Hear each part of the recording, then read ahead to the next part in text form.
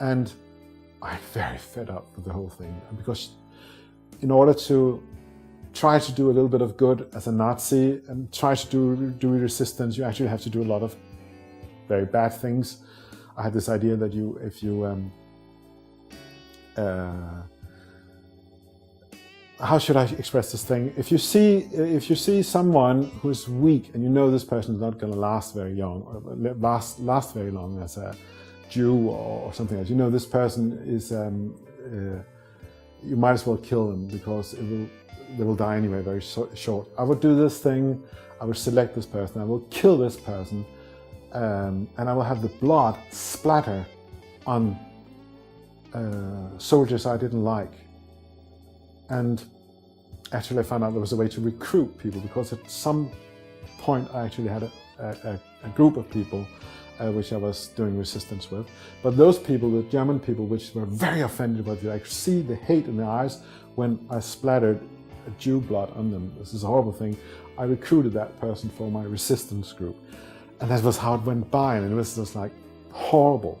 So 1944, I'm supervising as an SS officer this reconstruction of this bridge, and I happen to be standing sort of on the middle of the bridge when the sirens go off and everybody's just like leaving the bridge, because the British bombers are coming in, and this bridge is obviously the target because it's the main thing in the area, so everybody's running away from it, and I'm standing on this bridge and I'm going, no.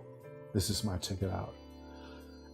I remember having this notion, there has to be a better way to live. It has to get better somehow. This is no way to be living as a human being. That notion is very strong. And I'm standing there, and everybody's just probably left it, and I'm just like, boom, and blown to smithereens. And that was beautiful. Wow. And then I went, actually I was thinking about, as a spirit, I went outside. This is also something which people have a bit sort of like, what happens after death? There's just no body. You can still perceive and see things, and you can also do a lot of other things. You can move very fast. You can just, if you think to be a place, you are there. Anyway, I go to England. I actually go to Southampton, down south, and sort of like just checking out the neighborhood and finding a young couple who is trying to, because she's pregnant, and as a spirit without a body, you sort of tend to actually be interested in pregnant girls, because there's a body, there's a baby coming, I want that.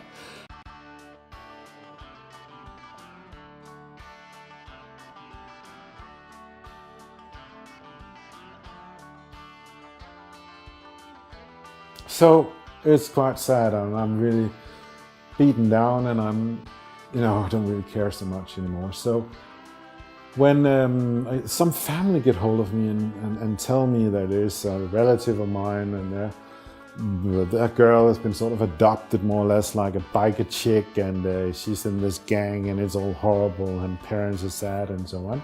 I don't really give so much about it, but it's sort of like the thing to do. And it's down Arizona, and I go there, and I managed to talk to this girl and get hold of her and persuade her to go back to her parents and blah blah blah. And I'm being I'm very well spoken, but it's like I'm just doing it to something to do. And she's off, and I'm sort of like thinking, what shall I do now?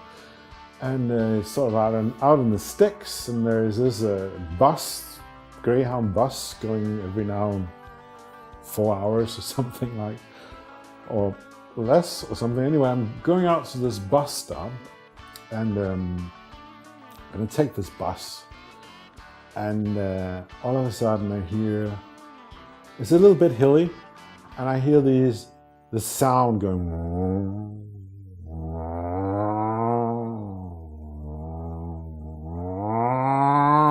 and this is how most of, and you can, in the beginning it's sort of like very dim in the far distance, and all of a sudden I realize it's just a lot of motorbikes coming my way, and it's just when they go up on the top of the hill I can hear the sound clear, and then they go down, and then they come up again. It's a little bit closer, and it's not so good. Now, it's a flat area. I can't run, and I'm also like, yeah, okay, so I'll just, I'll just play it cool. But they actually sort of know who I am and what's going on. I must have asked for directions or something. There's two bikers going straight towards me on the bikes, and then they go vroom, and they park their bikes some 5 meters on either side, like there and there.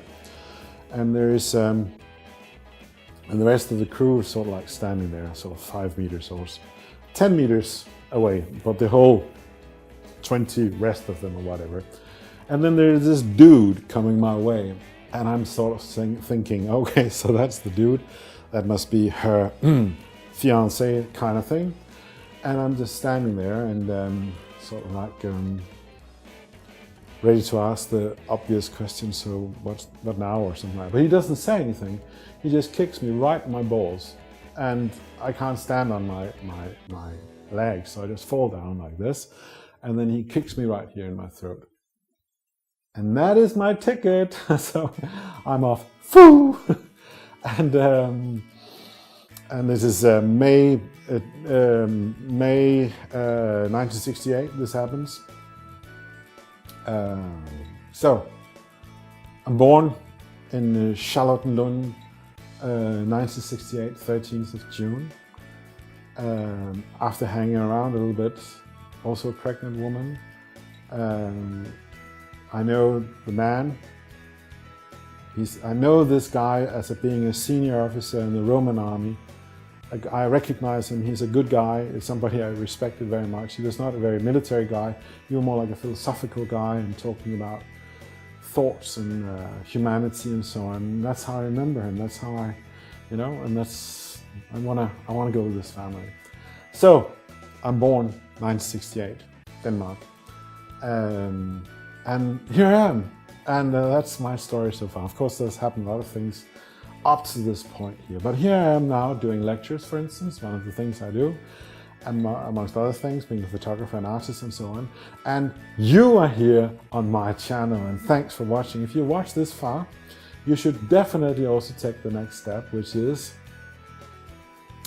go for the subscribe button. Coming up now, there is a guy who's going to come around in a few seconds, and you just need to click the subscribe button and you'll be all set. More good stuff to come. All right? Take care.